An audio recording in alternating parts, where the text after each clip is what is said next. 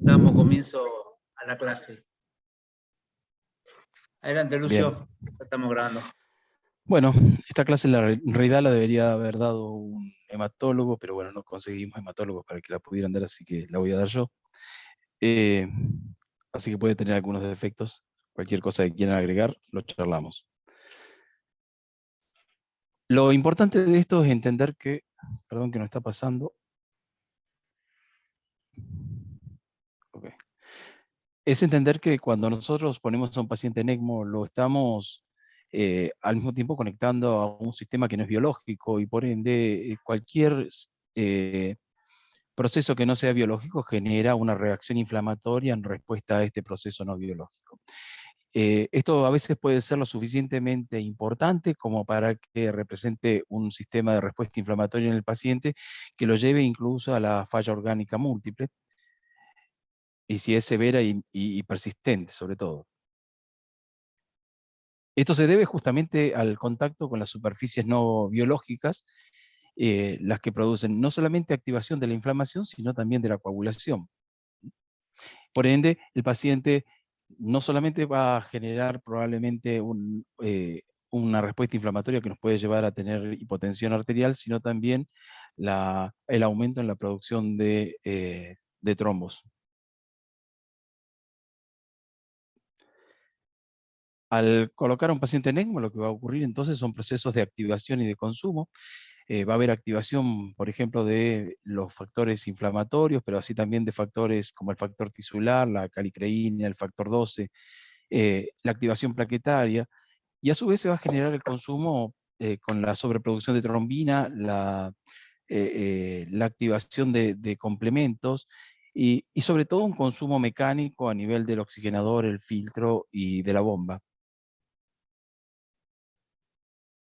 Entonces, al exponer nosotros eh, un material a la superficie de un material no biológico, lo que vamos a hacer es que inicialmente se le va a ir agregando fibrina, y a esta fibrina se le va a producir una adhesión plaquetaria.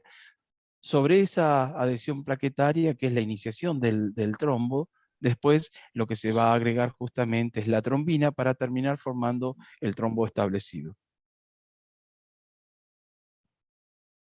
Entonces, el paciente que nosotros conectamos en ECMO, lo que va a ocurrir es que va a pasar de un balance hemostático normal a un estado hipercoagulable, ya por la patología propia que tiene el paciente probablemente, y por el mismo ECMO, y esto lleva también a la trombosis, tanto del paciente como del circuito. Para tratar de suprimir esta acción hemostática que genera el circuito, lo que debemos hacer es un tratamiento antitrombótico del paciente. Y eso lo hacemos con las heparinas no fraccionadas. La heparina no es un anticoagulante directo, es un anticoagulante indirecto que necesita sí o sí de la antitrombina para poder hacer la acción. El complejo heparina-antitrombina es la que inhibe a la trombina, y por otro lado, esto también inhibe al factor 10 activado. Pero no solamente inhibe a la trombina y al factor 10, sino que también al inhibir la trombina, esto también inhibe al factor 9, al factor 11, al factor 12, y además hay liberación asociada a la inhibición de la trombina del el factor proteico tisular que inhibe al factor 11 activado, por otro lado. Entonces, la heparina, como decíamos, es un anticoagulante indirecto, y esto, la acción depende fundamentalmente de una mezcla de glucosaminoglicanos que son ramificados y con diferentes pesos moleculares. Tanto es así que en el frasquito de heparina que nosotros tenemos, vamos a encontrar distintas moléculas que algunos van a tener un Dalton hasta los 30 Dalton, inclusive pueden haber en esa mezcla heterogénea que va a tener la heparina, y eso le da muy poca previsibilidad de anticoagulación. Eh, por otro lado, para que tenga acción específicamente, la heparina depende fundamentalmente de la secuencia pentasacárida que tenga, que esta es la que se adhiere a la antitrombina para hacer el efecto heparina-antitrombina, que es lo anticoagulante. Y de esto, solamente un tercio de las moléculas que se encuentran en el frasquito de heparina que nosotros le estamos poniendo son las que van a tener la acción sobre sobre la trombina. Por ende, esto lo hace, como les decía, muy poco predecible la anticoagulación. Hay que tener en cuenta que la unión de la heparina a la antitrombina inhibe a la trombina y al factor 10 y libera también el factor proteico tisular que les decía, que es un factor liberado desde el endotelio, que a su vez inhibe al factor 12 activado. Pero a veces puede que tengamos también un déficit de antitrombina, y si esto ocurre, el efecto anticoagulante de la heparina se va a ver alterado. A tal punto de que cuando nosotros vemos que muchas veces, después de un tiempo, empezamos a aumentar mucho la heparina, lo que vamos a tener que hacer es dosar el factor, la antitrombina, para ver si en realidad el déficit no está dado en la antitrombina y podemos seguir aumentando todas las veces que querramos la heparina y no va a tener efecto, porque solamente lo tiene cuando se une a la antitrombina, como habíamos dicho. Una salvedad es que las heparinas de bajo peso molecular, estas tienen entre 1 y 10 kilodalton en general, y por una técnica de despolimerización actúan fundamentalmente a través de inhibiendo la antitrombina, pero fundamentalmente al anti-10, en una relación 3:1 entre el anti-10 y la trombina.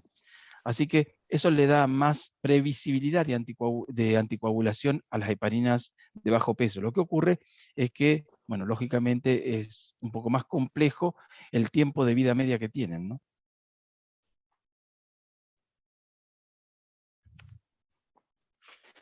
También existen otros anticoagulantes que son los inhibidores directos de la trombina. Estos, a diferencia de la heparina, tienen como ventaja que, bueno, no son dependientes de la antitrombina para ejercer su efecto, actúan directamente sobre la trombina circulante, y en el caso de estas drogas también actúan sobre las que están unidas al coágulo, a diferencia de la heparina. El más conocido es la bilarudina, que tiene una metabolización proteólica y en menor medida renal, aunque hay otros como el argotraban y la lepirudina, pero estos se usan menos porque tienen que tener una función renal y hepática que sea normal. Estos se controlan todos con KPTT, con un objetivo de KPTT entre 1,5 y 2,5 del basal, o bien entre 60 y 90 segundos, algo igual de lo que vamos a controlar nosotros también a la heparina sódica. El problema es que cuando hay sangrados con estos inhibidores, la reversión se debe hacer con factor 7 activado, lo cual es extremadamente caro, no hay en la zona, nosotros al menos no tenemos, y además es muy procoagulante en definitiva. Y por otro lado, estas drogas también tienen menos efectos en zonas que tienen éstasis sanguínea, y esto es bastante común en el soporte vital extracorpóreo, sobre todo en la bomba, en algunos sectores de las cánulas y en el oxigenador. Una forma de controlar el efecto antitrombótico es con el tiempo de coagulación activada. Esta es la que más utilizamos nosotros, al menos inicialmente. Para su determinación se requiere sangre entera, pero tiene la ventaja de que uno lo puede hacer a los pies del paciente. El problema de este método es fundamentalmente que, como se hace con sangre entera, muchas veces está influenciado por el número y la función plaquetaria, por los niveles de fibrinógeno, por las deficiencias de factores de coagulación, por la temperatura y la hemodilución. Entonces le da poca previsibilidad después de las primeras 72 horas, porque obviamente se van consumiendo todos estos factores y después van influenciando también en la determinación. Y por otro lado, el otro problema que tienen es que los distintos equipos que miden el tiempo de coagulación activada, yo siento un sonido que no sé muy bien de dónde viene, pero ¿ustedes me escuchan bien? ¿Se escucha? Sí, sí, se escucha. Perfecto. Les decía Sí, que el había otro un micrófono inconveniente, abierto, sí. okay, Tranqui. les decía que el otro inconveniente que tienen es que muchas veces los equipos comerciales que se venden para esto tienen diferencias solamente por la forma en que los están midiendo. Hay algunos que son mecánicos y otros que son magnéticos y otros que son por infrarrojo, y todos ellos pueden medir tiempos distintos. Entonces, es bastante complejo. Cuando uno lo tiene que medirlo con un solo método. Y lo que se sugiere siempre es correlacionarlo cuando uno tiene heparinas no fraccionadas con el anti-10A activado o bien con el APTT.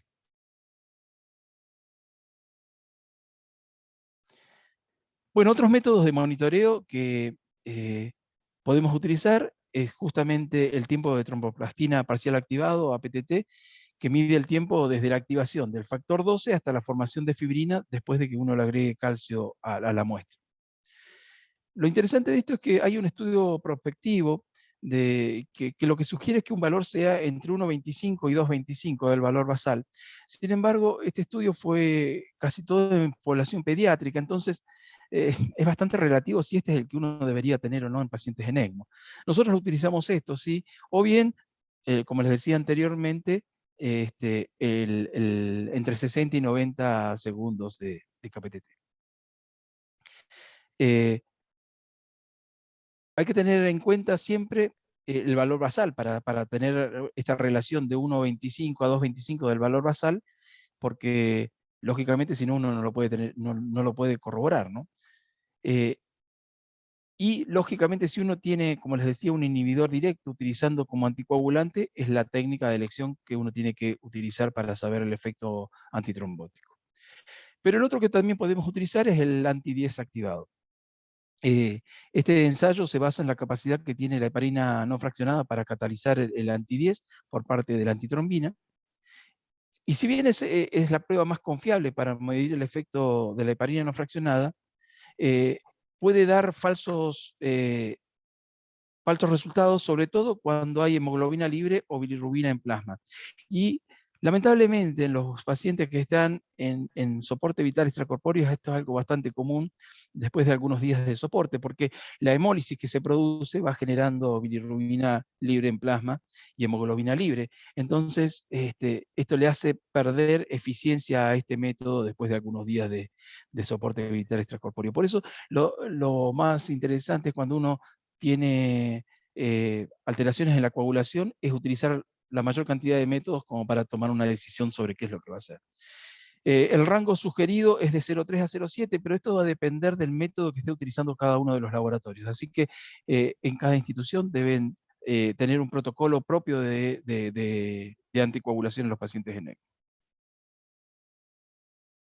Sin embargo, hay las guías internacionales lo que dicen, estas son las de ELSO que fueron publicadas en el 2014, es, bueno, obtener siempre valores basales de laboratorio en los pacientes que uno va a conectar a ECMO, tanto el hemograma, plaquetas, el KPTT, el fibrinógeno, el dímero D, y si obviamente uno tiene también tromboelastogramas y la tromboelastometría son muy útiles para esto.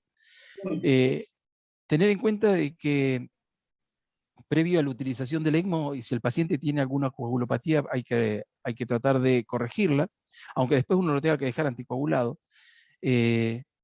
Cuando uno va a conectar a un paciente en ECMO, las guías lo que dicen es que el circuito se debe purgar con glóbulos rojos y plasma fresco congelado, y a esto agregarle entre 50 o 100 unidades de heparina. Esto es relativo porque en realidad va a depender de cuál es el circuito que estamos utilizando. Obviamente cuando son pediátricos y neonatos, sí o sí se tiene que hacer con sangre, porque si no la hemodilución es muy importante.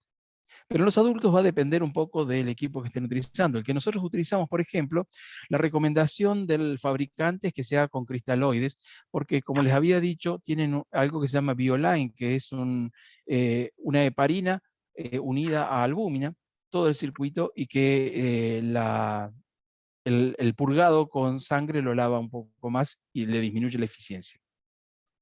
Lógicamente, en situaciones de emergencia siempre se tienen que hacer con cristaloide, y lo que recomiendan es que cuando uno vaya a hacer la canulación, le haga entre 50 y 100 unidades kilos de heparina al paciente antes de insertar las cánulas. Nosotros utilizamos 70, en realidad porque es una regla bastante más sencilla, porque en general uno sabe que 70 para un paciente entre 65 y 75 kilos son 5.000 unidades. Entonces, nosotros utilizamos 70, pero bueno, cuando son más pesados, lógicamente hay que calcular esto. Y después se tiene que colocar antes de hacer la cánula, porque cuando ustedes lesionan el endotelio, esto es muy trombogénico y van a estar ya liberando trombos a la circulación. Lógicamente, después de haber colocado las cánulas, recién ahí empieza la infusión de heparina ya definitiva. El bolo, como dicen las guías, debe ser ajustado a los factores clínicos y a la evidencia de sangrado.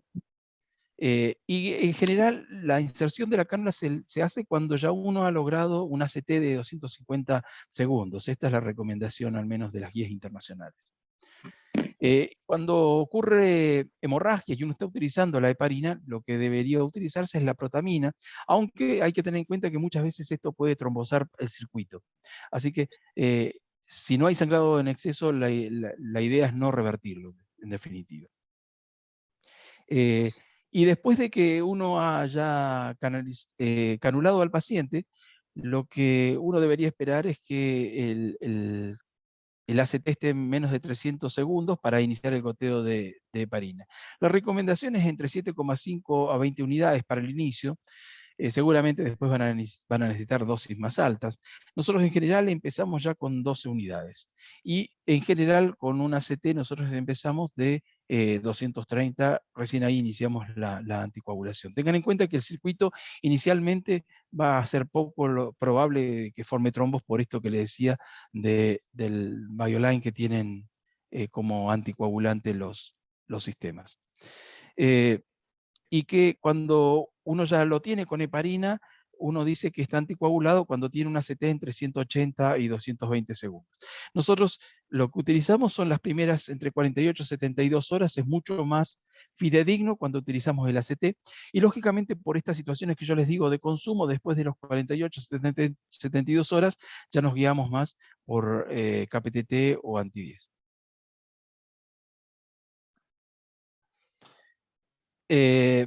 La otra cosa que dicen las guías es que es controversial medir los niveles de antitrombina 3 para realizar el tratamiento en casos de déficit.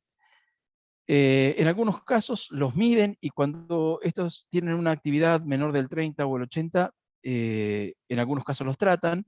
Esto uno se va a dar cuenta porque seguramente en ese momento va a estar necesitando mucha más dosis de heparina que con la que había empezado y con dosis ya mucho mayores que las terapéuticas. Esta es una recomendación a tener en cuenta para medir la antitrombina. Pero tengan en cuenta de que si uno tiene un déficit de antitrombina y lo va a reponer, por ejemplo, con plasma fresco congelado, cuando uno reinicie la anticoagulación, tiene que bajarle la heparina, porque ya con esa antitrombina va a tener mucho más efecto anticoagulante para la dosis que tenía hasta ese momento. ¿Sí?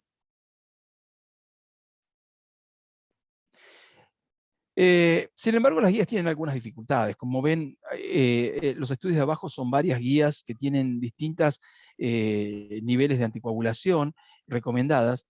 El problema de estas es que primero no están adaptadas a la edad o a los pacientes específicos y a las patologías específicas. Entonces, lo que se recomienda en general es tener una guía propia de cada institución y utilizar lógicamente el juicio clínico para esto. Ahora bien, el hecho de anticoagular pacientes siempre trae complicaciones. Y las complicaciones de poner un paciente en un soporte vital extracorpóreo son las hemorragias, las trombosis y la hemólisis. Dentro de las hemorragias, la gastrointestinal y la intracraniana son las más importantes. Estas son aproximadamente del 10%. Y muchas veces estos son letales. Cualquier hemorragia igual, aunque no sea extremadamente severa, disminuye la sobrevida entre un 34 y un 20%. La definición de hemorragia mayor es cuando hay una caída en la hemoglobina de al menos 2 gramos por decilitro en un periodo de 24 horas, o un sangrado mayor a 20 mililitros kilo en un periodo de 24 horas. O bien que haya requerido al menos 10 mililitros kilo de glóbulos rojos en 24 horas. También se clasifica como hemorragia mayor un sangrado que haya sido retroperitoneal, pulmonar o del sistema nervioso central, fundamentalmente porque es muy difícil de coagular, o aquellos sangrados que requieren intervención quirúrgica. Y les repito entonces, a mayor necesidad de glóbulos rojos, mayor mortalidad, tanto en el ECMO veno-venoso como en el veno arterial. Ahora bien, ¿qué ocurre con la utilización de los hemoderivados? Esto, según distintas series, es muy variable. Y se relaciona principalmente con los procedimientos quirúrgicos. Si uno va a hacer un procedimiento quirúrgico, seguramente va a necesitar hemoderivados, según el umbral de transfusión que tenga cada centro y el manejo local del ECMO, ¿no? En general, las recomendaciones son que, siempre y cuando el sangrado sea importante, tratar de mantener un hematocrito entre 35 y 40, un RIN que sea, si es mayor de 1,5 o 2, que esté entre 1,5 o 2, y si esto se supera, eventualmente utilizar plasma fresco en 10 mililitros kilo. Tratar de que no disminuya el fibrinógeno por debajo de 100. Si esto ocurre, se puede utilizar plasma fresco congelado, perdón, crioprecipitados, o bien que las plaquetas no estén por debajo de 100.000. Esto es algo habitual. En general, las plaquetas suelen bajar mucho más. Hay que tener en cuenta de que nos deben asustar sobre todo cuando es temprano, porque a medida que van pasando los días, las membranas van capturando plaquetas, así que la trombocitopenia es algo habitual en los pacientes en ECMO, y muchas veces nos están indicando de que probablemente tengamos que cambiar la membrana. Pero cuando ocurre tempranamente, bueno, esto sí puede ser importante, sobre todo si el paciente tiene una hemorragia importante o si va a ser necesaria alguna cirugía. En ese caso, debemos reemplazar las plaquetas a razón de 10 mililitros kilo aproximadamente. Las hemorragias tienen causas que son multifactoriales. Generalmente en los pacientes críticos, además del hecho de que estar en ECMO, está el desbalance hemostático propio de la patología, y las trombocitopenias siempre en los pacientes críticos, como les decía, son frecuentes. La coagulación intravascular es una de ellas, y el consumo de factores es otra, tanto por los procesos inflamatorios como por el mismo sistema de soporte vital. Se recomienda para prevenir el sangrado, bueno, utilizar un tipo de canulación que sea lo menos traumática posible. Si es posible, hacer un corte en la piel para evitar la formación de trombos, de hematomas en ese sector. Evitar los procedimientos que tengan alto riesgo de sangrado. Y siempre realizar el procedimiento con el personal más experimentado en general. Sobre todo lo que sean accesos vasculares centrales o colocación de tubos pleurales.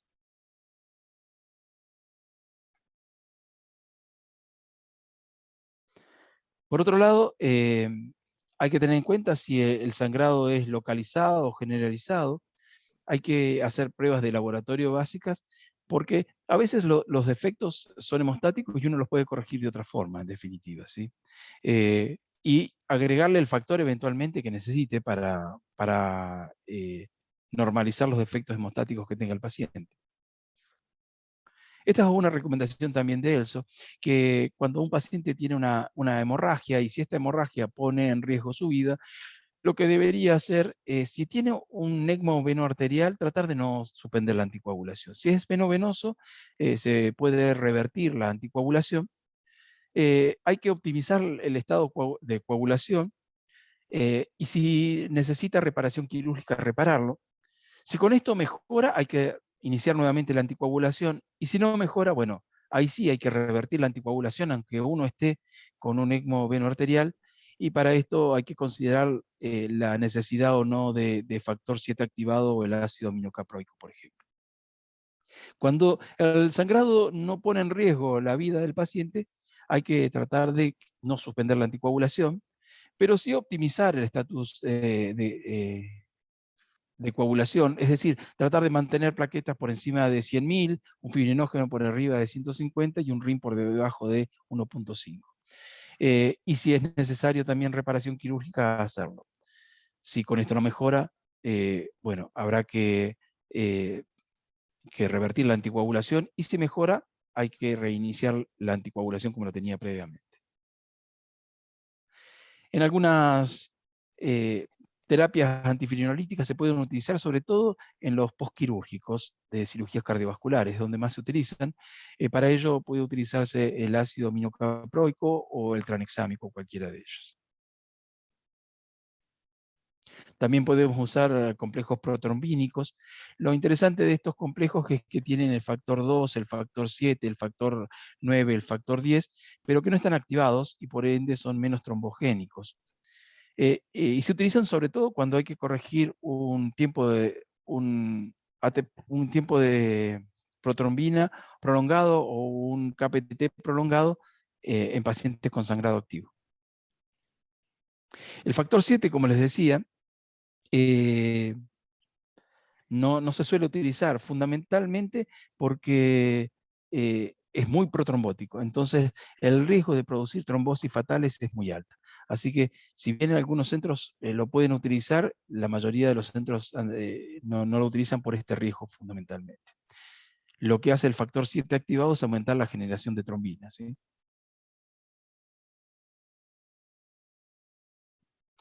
Bueno, les repito esto, que una de las formas de monitorear la anticoagulación es con el ACT. Esto nos informa sobre la cascada intrínseca de la coagulación y se afecta tanto por la heparina, la trombocitopenia, como habíamos dicho, la difusión plaquetaria, la hipotermia, la hemodilución, la hipofibrinogenemia y los tratamientos anticoagulantes. El KPTT, que es otra forma de medir la anticoagulación, mide el tiempo para la formación de fibrina en ausencia de componentes celulares, no es con sangre entera como si es el ACT, y se altera en presencia de inflamación sistémica, aumento del factor 8, insuficiencia hepática, y el objetivo es tratar de tener 1.5 a 2.5 el basal, o 60 a 90 segundos, como habíamos dicho anteriormente. El factor 10 activado, en contraste con el ACT y el KPTT, cuantifica la acción anticoagulante directa de la heparina en el factor 10. No se altera por coagulopatía, trombocitopenia o dilución, sí, les repito, por bilirrubina libre y hemoglobina libre. Y el valor va a depender en realidad del laboratorio en el que ustedes estén, en definitiva.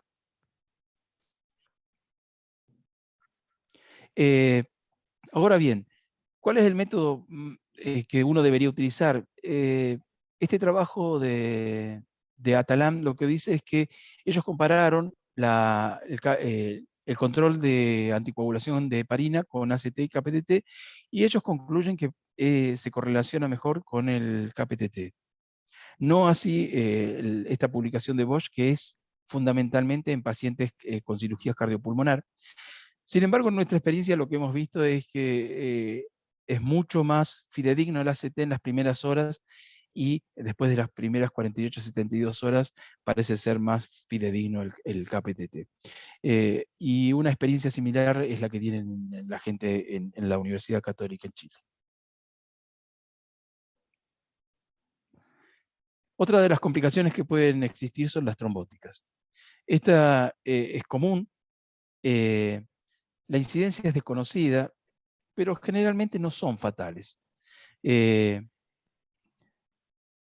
Igual, cuando uno hace una evaluación clínica, seguramente uno subestima la cantidad de pacientes que tienen trombosis hasta que les hacen autopsia. En este estudio, por ejemplo, en el cual se hicieron autopsias a pacientes que habían fallecido, de los cuales, como ven, 154 habían estado en ECMO, a 78 pacientes de ellos los sometieron a autopsia, esto es 50.6%, y 75% de estos pacientes tenían trombosis en la autopsia sin tener manifestaciones clínicas de trombosis. Las complicaciones trombóticas importantes son mucho más frecuentes en el veno arterial que da soporte cardíaco. Y sobre todo son más frecuentes premembrana, por suerte. En este reporte de ELSO, fíjense, lo que dice es que el 14% de las trombosis se producen en el oxigenador. Pueden haber en otras partes del circuito hasta 2,7%, y de estos, las que producen infarto del sistema nervioso central es 3,5%. Hay que tener en cuenta que la activación de la coagulación y la enfermedad de base llevan a la formación, a la mayor estado protrombótico del paciente, y sobre todo cuando los tenemos en soporte vital extracorpóreo, tener en cuenta que es más frecuente cuando usamos flujos bajos o cuando tenemos una anticoagulación inadecuada o la suspendimos por alguna razón. 20% de los pacientes en ECMO presentan trombos. Como les decía, por suerte el lugar donde más frecuentemente se producen los trombos es en la membrana o en alguna parte del circuito. Así que es importante siempre monitorizar visualmente con una linterna la formación de los trombos y si se han desprendido desde ahí, obviamente. La mayoría de los que se desprenden igual, el trombo suele ser mucho más pequeño, pero no por eso es menos peligroso, sobre todo cuando es veno-arterial. En el veno venoso, la formación de trombos generalmente pueden llegar a producir trombosis pulmonar, pero de pequeños capilares, y con la anticoagulación esto debería ser suficiente. Sin embargo, si esto ocurre a nivel cerebral o renal en un VA, lógicamente es más complejo. Si uno tiene sospechas de que se esté formando trombos importantes en el oxigenador, lo que puede ver es si ha aumentado en forma significativa el dímero D. Y obviamente a mayor tiempo de soporte vital, más probabilidades de que haya complicaciones trombóticas. Por suerte los circuitos nuevos tienen menos complicaciones trombóticas apenas los inicia, y sobre todo aquellos que tienen, como les decía, alguna sustancia anticoagulante en el sistema, como el Biolan que tiene el equipamiento de Maquet. Las trombosis de la bomba, por suerte, es rara, pero cuando ocurre es muy grave, porque se desarrolla súbitamente y además deja sin asistencia al paciente, y además produce como complicación secundaria una hemólisis intravascular.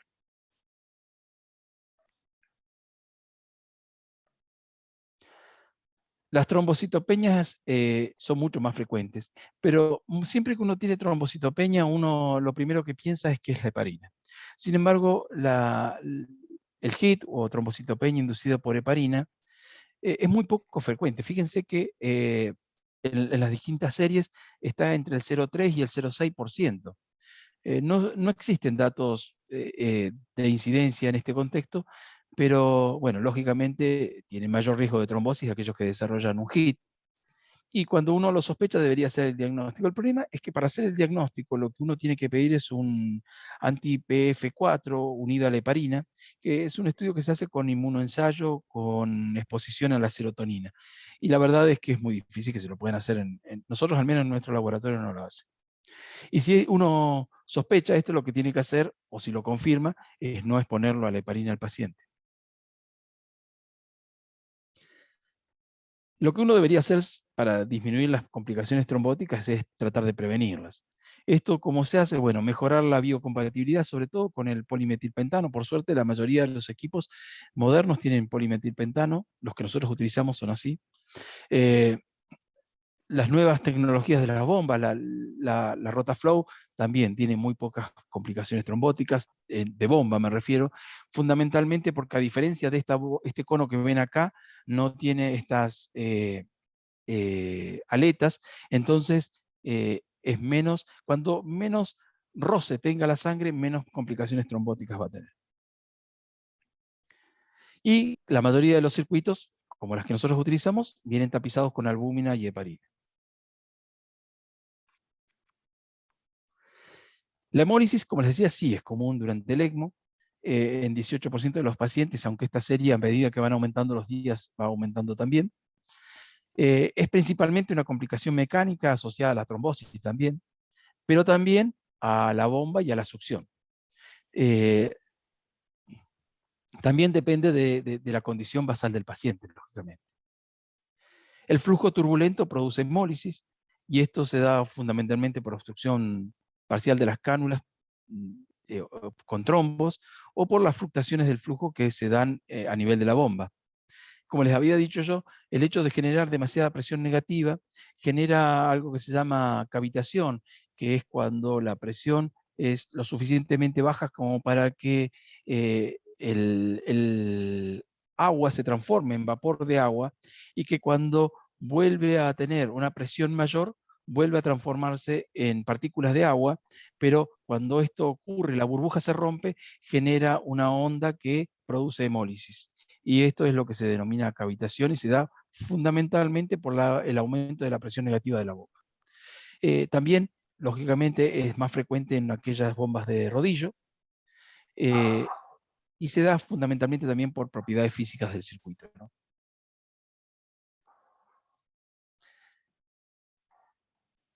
Bien, en conclusión, la hemorragia y las trombosis siguen siendo común y contribuyen significativamente a la mortalidad de los pacientes, por lo cual debemos siempre estar controlándola. La anticoagulación y el monitoreo sigue siendo un gran desafío, y esto es lo que dificulta tener una guía que sea práctica y que sea muy útil para poder utilizarla. Por eso cada centro debe generar sus propias guías en función de su experiencia.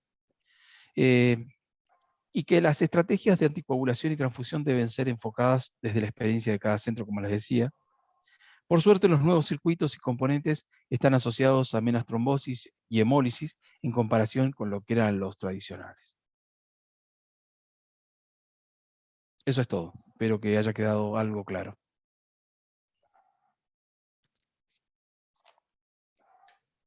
Sí, correcto. Bien, Lucio, gracias.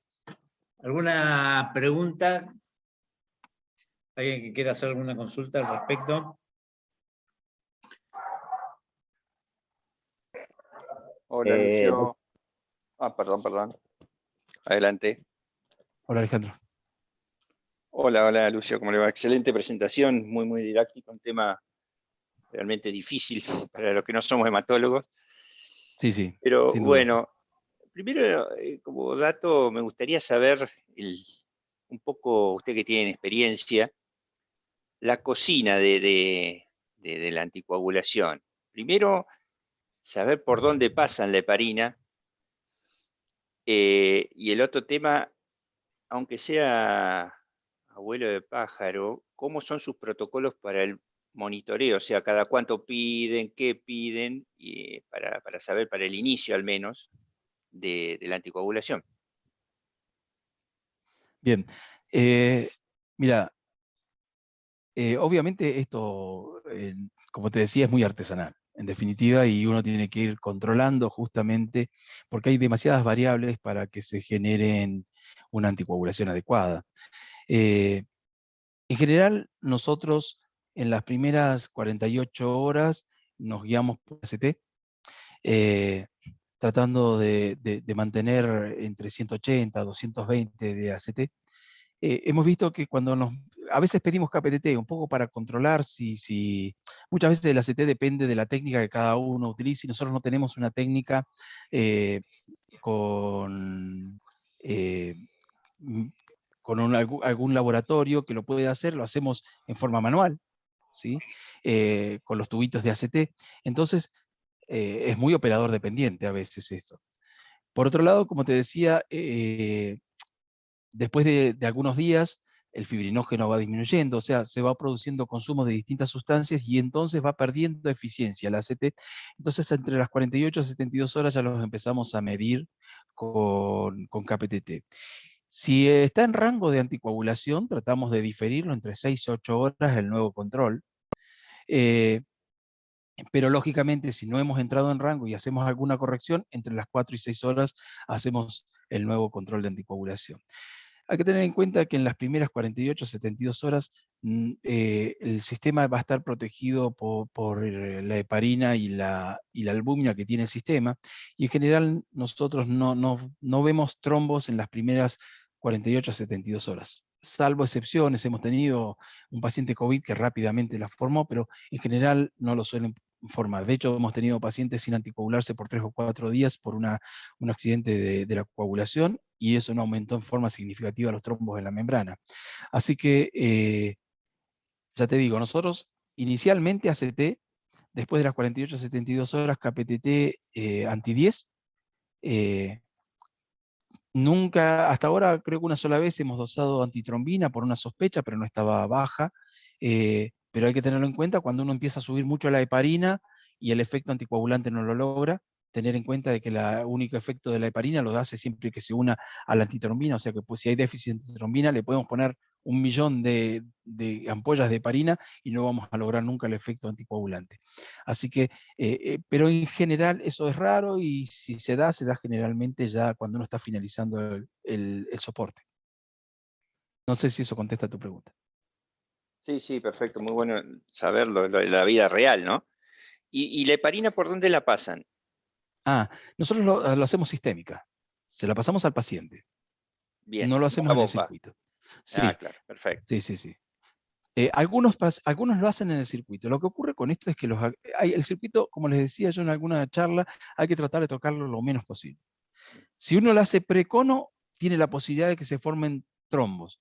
Si uno lo hace postcono, la posibilidad es que produzca sangrados. Entonces, es preferible y es más predecible cuando uno se lo da directamente por infusión al paciente.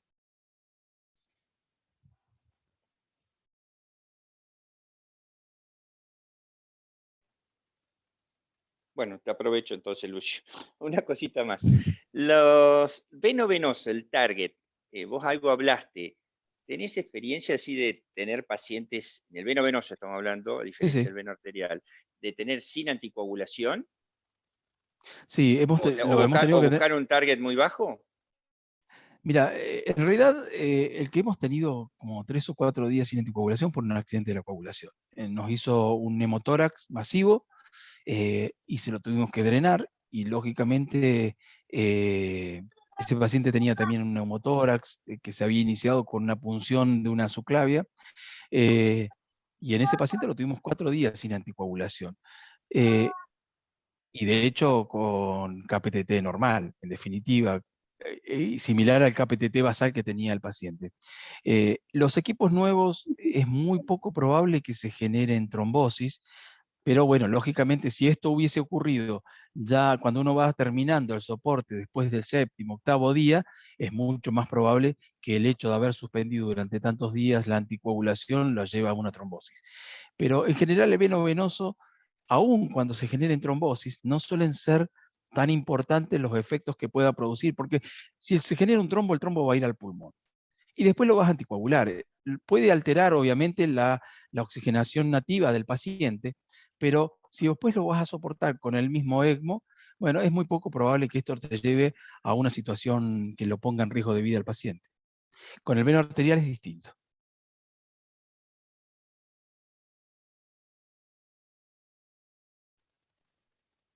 Y te pregunto lo último y no molesto más. No hay problema, Bueno, tenemos media hora más todavía Bueno, de reunión, porque así que... es un tema tan difícil para los que no hacemos hematología y eso, que bueno, pues uno trata de aprender al máximo de la experiencia de los demás, obviamente. ¿Ustedes tienen hematólogo en el grupo? no en el grupo, tenemos hematólogos digamos, como interconsultores, que si bien hay una hematóloga fundamentalmente que se involucra mucho, no tiene experiencia. Entonces, nos guiamos por las mismas guías que han publicado Elson, en definitiva.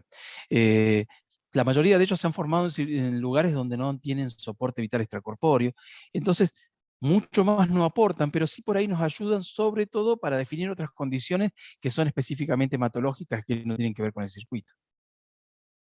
Pero no lo necesitas, ya te digo, con juicio clínico y teniendo en cuenta las guías, en general no nos necesitas. Si no, estarían alguno de ellos dando esta clase, que sería lo ideal, obviamente.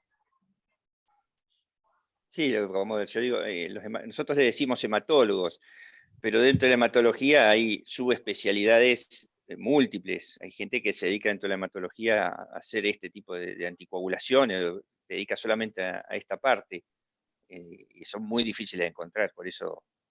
Sí, por eso, y te digo, centros como el italiano sí tienen gente que les controla la coagulación y que son hematólogos, pero en la mayoría de los centros lo hacen los terapistas y los perfusionistas en general.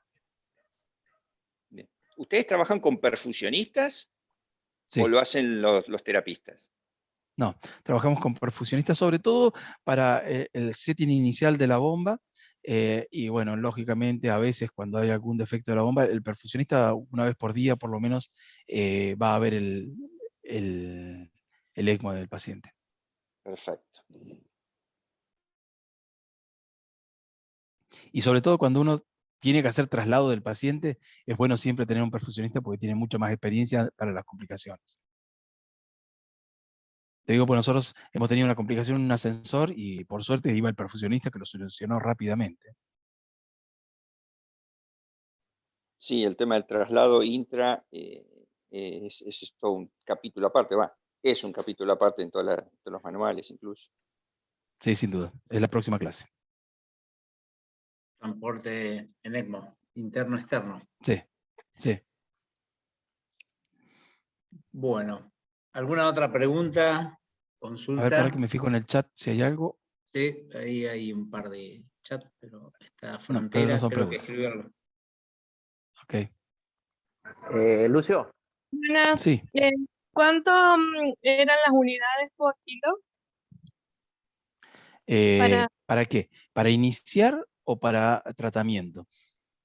Para iniciar, antes de poner la cánula, que lo que uno intenta es evitar la lesión del endotelio de tal forma de que esto se forme el trombo, la intención es que se lleve con un ACT cercano a 280 y 300, antes de iniciar la cánula. Esto es porque la lesión del endotelio ya es muy protrombótica y puede llevar a la formación de coágulos que se dispersen apenas uno ingresa a la cánula. Entonces tiene que estar anticoagulado. Nosotros, por alguna situación que nuestro cirujano por ahí tiene temor a las complicaciones, la punción inicialmente la hace hasta que pone la guía sin anticoagulación y recién después que ya posicionó la guía, los anticoagula.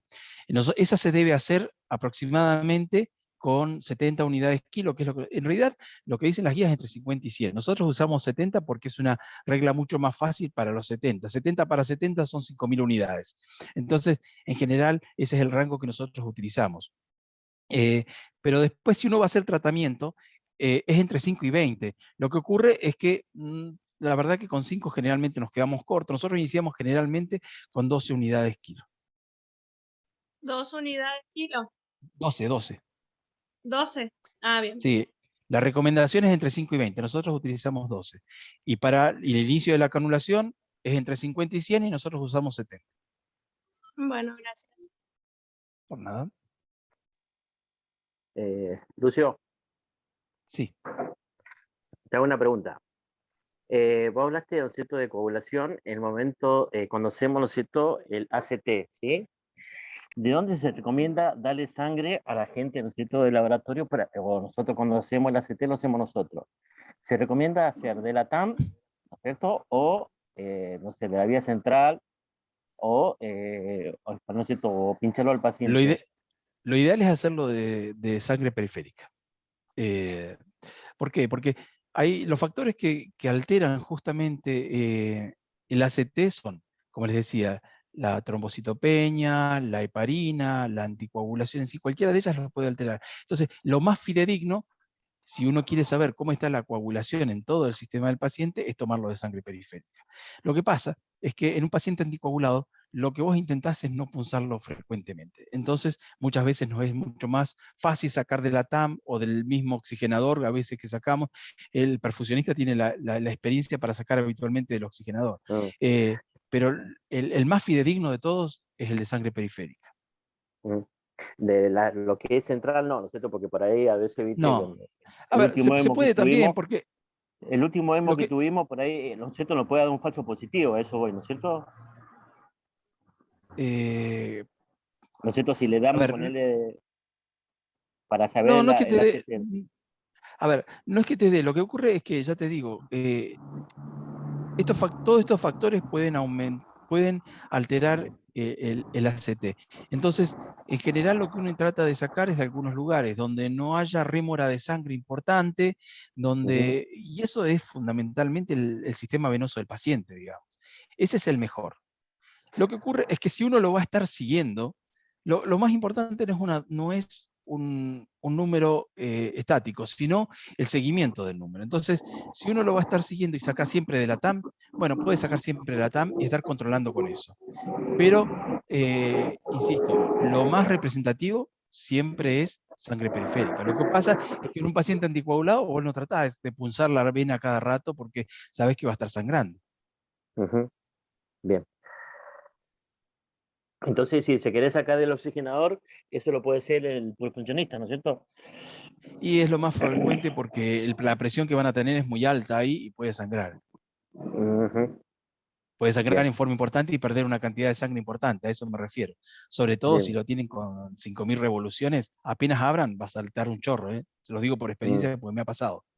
Ujú. Me ha sacado una jeringa una vez tratando de ponerlo, me tiró una jeringa, así que... Bien.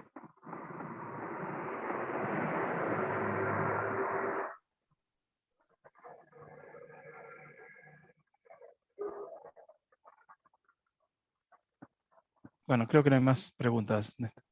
No sé. Gracias, gracias.